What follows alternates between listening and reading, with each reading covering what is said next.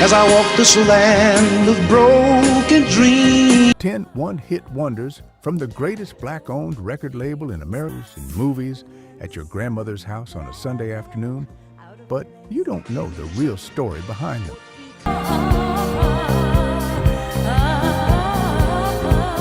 Most of these artists weren't supposed to be one-hit wonders at all. Some got the song stolen from cleared, and some were living completely different lives when the phone rang and everything changed. These artists gave something to Motown that the label got to keep forever, and most of them never saw it coming. Number 10, The Contours. Do You Love Me? 1962. And now I'm back to let you know. It's the summer of 1962. Berry Gordy is at the piano inside Hitsville, U.S.A., working on a song he wrote specifically for the Temptations, but he couldn't find them. He called their houses, asked people on the street. Nobody knew. Turns out the Temptations were at church watching the Dixie Hummingbirds perform. Right then, the Contours walked through Hitsville's always open front door, fresh off a record hop. Gordy looked up and said, "Do you know where the Temptations are? I've got a song for them." They didn't, so he said, "All right, you try it." The Contours were one song away from being dropped. Their first two singles had flopped completely. Lead singer Billy Gordon stepped to the mic. Gordy kept stopping them. "That's not right. I might give it to the Temptations." Joe Billingsley looked Gordy in the eyes and said, "Don't." They tried it again. Gordy said, "That's exactly how I want it. Come back tomorrow morning."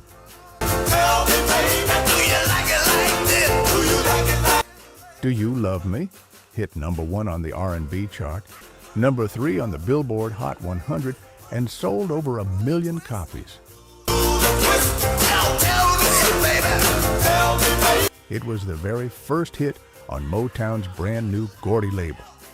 26 years later, it landed on the Dirty Dancing soundtrack and went back to the top 20 in 1988. The song that almost went to the Temptations came back from the dead. Number 9, Shorty Long. Here Comes the Judge, 1968. It's in session now. Here come the judge. Here come the judge. Frederick Earl Long was 5'4", and he owned it. Born in Birmingham, Alabama, he came up through gospel, toured with the Ink Spots, and landed at Tri-Fi Records, owned by Harvey Fuqua, who was married to Berry Gordy's sister, Gwen. When Fuqua sold Tri-Fi to Motown in 1963, Shorty Long came along in the deal. Just like that, he was a Motown artist. But Motown had no idea what to do with him. His first single, Devil with the Blue Dress On, barely moved. Mitch Ryder covered it and made it a massive hit. Motown had the original and couldn't make it work. Single after single stalled. Long sat in the shadows of Hitsville for 4 straight years. Then 1968 happened.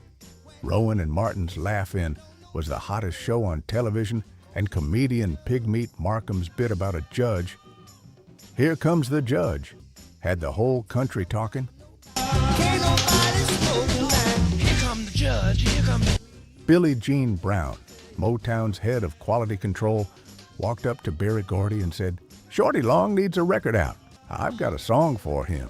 I know where you gonna be if you don't leave my... She co-wrote it with Suzanne DePass, who would later help discover the Jackson 5. Here Comes the Judge went to number 8 pop and number 4 R&B, his first and only top 10.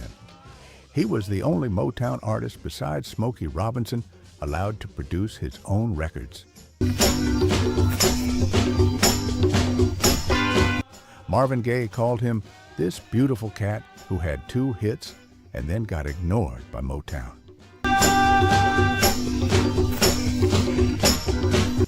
On June 29, 1969, Shorty Long drowned in a boating accident on the Detroit River.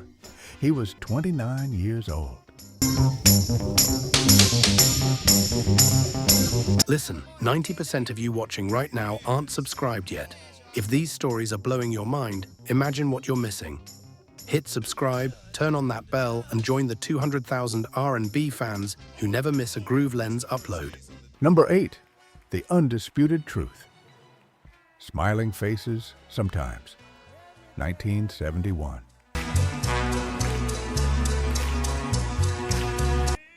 By 1971, Norman Whitfield was Motown's most dangerous producer, the man behind I Heard It Through the Grapevine, Cloud 9, and Ball of Confusion. Show no traces of the. He was pushing sound into dark psychedelic territory that made the Temptations nervous. They kept asking for love songs. He kept writing warnings. Smiling faces, smiling. So Whitfield built himself a laboratory.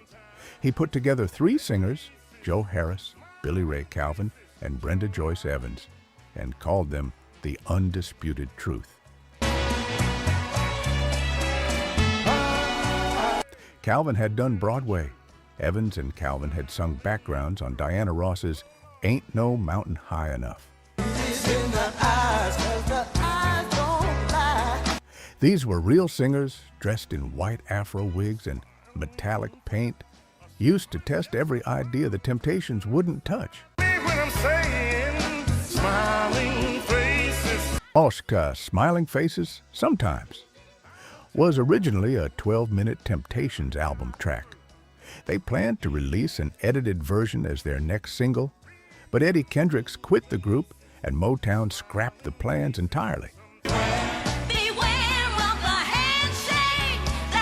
Whitfield re-recorded it with The Undisputed Truth, cut it to 3 minutes 20 seconds, and released it before summer ended. It went to number 3 on the Billboard Hot 100 and number 2 on R&B. Billboard ranked it the 14th song of the entire year. Hey, don't tell the truth. Then Whitfield gave Papa Was a Rolling Stone to The Undisputed Truth first. It flopped. He gave it to the Temptations, and it went to number 1. Every single time the test group got the experiment, and the Temptations got the hit. You can't see behind smiling. Number 7, R. Dean Taylor, Indiana Wants Me, 1970.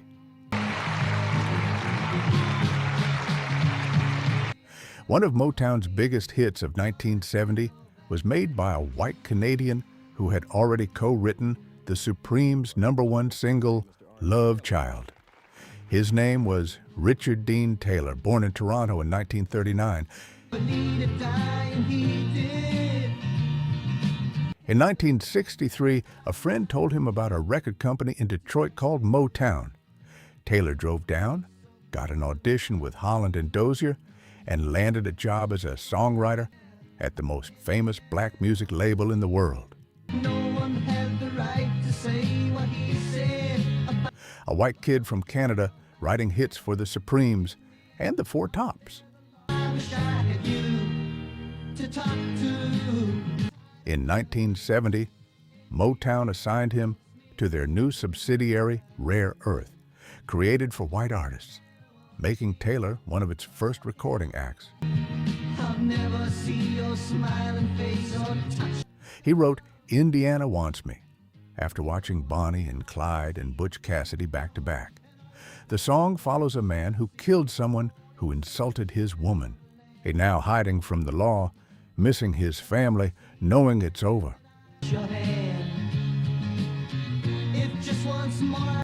For the recording, he had his friend bark through a bullhorn.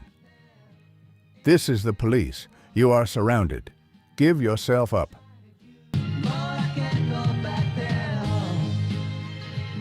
Some drivers heard those sirens on the car radio and actually pulled over. Stations started cutting the siren out. Indiana Wants Me went to number 5 on the Billboard Hot 100 and number 1 on Cashbox, making Taylor the first white artist in Motown history to reach number 1.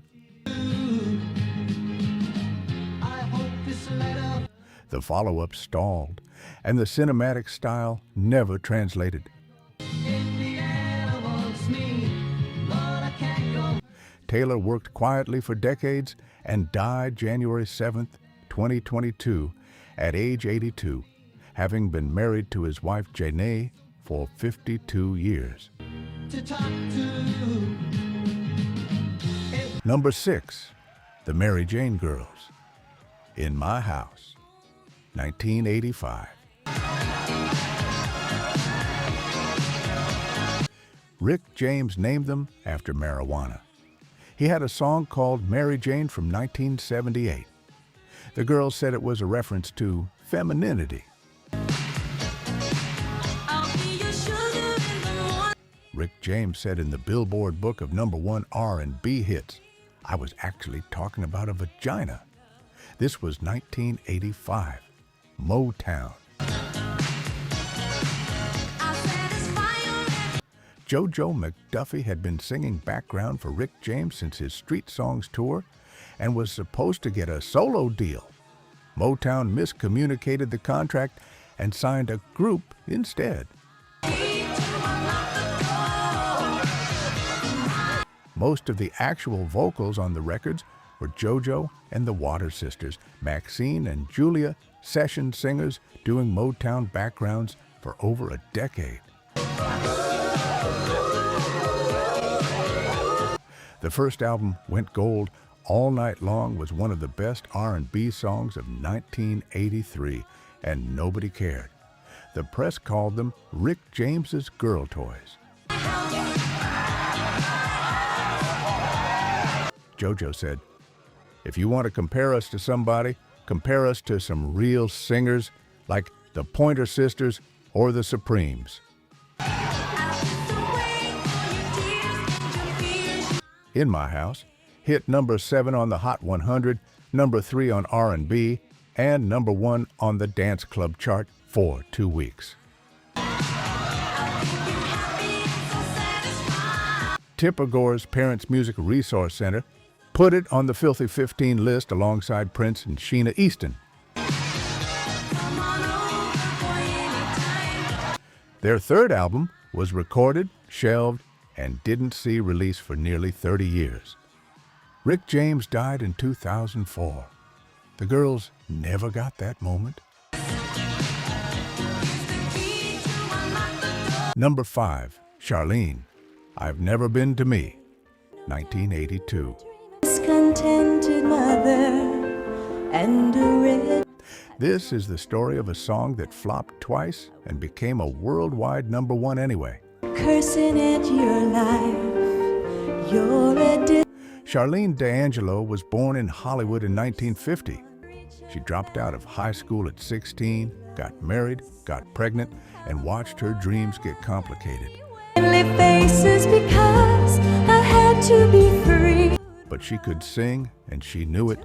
She became Petula Clark's backing vocalist in Las Vegas, where Motown executive Suzanne DePass spotted her. Barry Gordy signed her on the spot. Lady, please, lady, don't just... Charlene became the first white female singer ever signed to Motown. For years, she did demos and sang backgrounds for Michael Jackson and Diana Ross. I've been to Paris. Songwriter Ron Miller, the man behind For Once in My Life, played her a new song one afternoon. She started crying. She was going through a terrible marriage heading toward divorce, and the song felt like her life. Won't you share a part of a week? I've Never Been to Me was released in 1977 and reached number 97. And a woman is supposed to see. Motown dropped her, shelved her follow-up album, and Charlene moved to England and got a job at a candy store in Ilford, East London. I move like Harlow in Monte Carlo. In 1982, a Tampa DJ named Scott Shannon started playing the original version with the spoken word bridge Motown had removed. The phones lit up. But I took the sweet life and never knew. He called Motown president Jay Lasker, who tracked Charlene down and called her at the sweet shop. Born children that might have made me complete. The song went to number 3 in the U.S., number 1 in the U.K., Ireland, Canada, and Australia for 6 weeks. That costs too much to be free. Hey, Motown's first top 10 hit by a white female solo artist, recorded in 1976 and discovered by a DJ 6 years later. Number 4. Number 3. Jimmy Ruffin, What Becomes of the Broken-Hearted, 1966. I have visions of so many things. You know David Ruffin, the voice of the Temptations. Jimmy Ruffin was his older brother, and Jimmy got to Motown first. Born in Collinsville, Mississippi in 1936, the brothers grew up singing gospel together. Jimmy signed with Motown before David did, but success didn't come. But happiness is just an illusion. While Jimmy did hand claps and finger snaps on other people's sessions, he was working the Ford Motor Assembly line to pay rent. Then David came along, auditioned for the Temptations, and got the lead singer's spot. Tumbling down every day. Then Jimmy heard something. 3 Motown writers had just finished a song already assigned to the Spinners. But the lyric about heartbreak and searching for peace of mind hit him somewhere deep. I know I've got to find some. He walked up to the writers and said, I think I could do it a little bit better. They said, just let me try. They let him try and never gave it back. Such a growing need, all is lost. What Becomes of the Broken-Hearted hit number 7 on the Hot 100 and number 6 on R&B. In the UK, it peaked at number 8, then recharted in 1974 and rose to number 4. There's no place for beginning, all that's left is. Producer Mickey Stevenson removed Jimmy's spoken intro from the final mix, which is why that long, mournful instrumental opening just hangs in the air. The sound of a man already lost before the song begins. Comes of the broken hearted. Bruce Springsteen covered it in 2022, 56 years after the original. Help me, please. Jimmy Ruffin died in November 2014 at 78 years old. The older brother who grabbed a song that wasn't his and made it immortal. All is lost, there's no place for beginning. Number 2, Thelma Houston, Don't Leave Me This Way, 1977.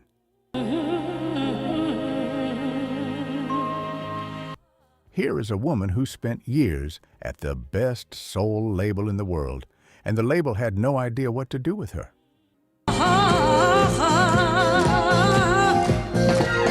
Born in Leland, Mississippi, her mother picked cotton. The family moved to Long Beach, California, where she found her voice in a gospel group. She released a critically acclaimed debut album produced by Jimmy Webb in 1969. Nobody heard it because nobody promoted it. She signed to Motown's subsidiary Mo West. Her singles didn't chart, and the label put her on the back burner. She sang backup, did soundtracks. Don't and even recorded the original version of Do You Know Where You're Going To, the song Berry Gordy pulled and gave to Diana Ross for the Mahogany film. Your love, oh baby. In 1976, her producer, Hal Davis, heard Don't Leave Me This Way at a party, an album cut by Harold Melvin and the Blue Notes that had never been released as a single in America. Don't you leave me this. Davis brought it to Thelma. He used the same musicians from Diana Ross's Love Hangover session, drummer James Gadson, bassist Henry Davis, arranger Arthur Wright, and the Water Sisters on harmonies. Now and do what you gotta do. You start. The track starts slow. Then at 20 seconds, the drums kick in and everything changes. I'm at your command. Oh baby. Don't Leave Me This Way hit #1 on the Billboard Hot 100 in April 1977, #1 R&B, #1 dance, and won the Grammy for Best Female R&B Vocal Performance. Oh baby. Don't. Billboard placed it on their list of the 70 best LGBTQ anthems of all time. The follow-ups stalled. She left Motown. She was still singing in 2024. #1, The Originals, Baby I'm For Real, 1969. Here is the deepest secret in this entire list. 4 men spent years singing on some of the greatest Motown records ever made, and almost nobody knew their names. Baby. The Originals were Freddie Gorman, Walter Gaines, C.P. Spencer, and Hank Dixon. They sang background on Jimmy Ruffin's What Becomes of the Broken Hearted. They sang backup on Stevie Wonder's For Once in My Life. Don't understand. They were on David Ruffin, Edwin Starr, and Marvin Gaye sessions throughout the 1960s. None of it credited, none of it theirs. Their own singles went nowhere. I see. For years, they remained invisible, the voices behind everyone else's fame. Just a little more. Then Marvin Gaye pulled them aside and made them a promise. He said he would find them the hit they had been working toward for half a decade. Gaye wrote the song with his wife Anna Gordy Gaye, originally calling it The Bells. The little tears in your eyes. He took it to Motown. Berry Gordy rejected it. Gaye rewrote the lyrics, brought it back. Gordy rejected it again. Gaye simplified it one more time, renamed it Baby I'm For Real, handed it back to the Originals, and had every member of the group sing a lead vocal on different verses. He even sang in the background himself, quietly layered underneath their voices. Gordy approved it. Radio picked it up in Detroit first. It spread nationally, and Baby I'm For Real hit #1 on the R&B chart in 1969 and #14 on the Billboard Hot 100, eventually selling over 1 million copies. Why you cry? I tell you no lie. And here is what nobody talks about. Those recording sessions were Marvin Gaye rehearsing his own voice, his own production style, his own vision. If I'm for Biographer David Ritz wrote that by producing the Originals, Gaye heard himself for the first time. I'm for real. Those sessions went directly into the DNA of what's going on, one of the greatest albums ever made.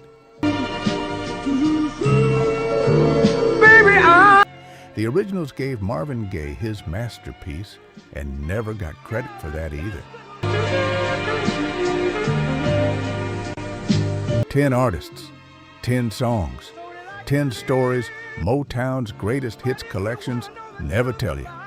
They were real people who walked into Hitsville with everything they had and gave it to a machine that didn't always give it back. but the songs survive. What becomes of the brokenhearted is still playing somewhere right now. Don't Leave Me This Way still fills dance floors. Somebody's Watching Me still makes you look over your shoulder every October. I've Never Been to Me still makes people cry in cars. Do You Love Me still shows up at weddings 60 years after a group of hoodlums walked through an open door and got lucky. That's not nothing. That's everything. These artists gave us songs that outlived their careers, and that deserves more than a footnote. If this episode moved you, smash that like button and subscribe to Groove Lens. Next time, we go even deeper into the decade. The soul does not stop here.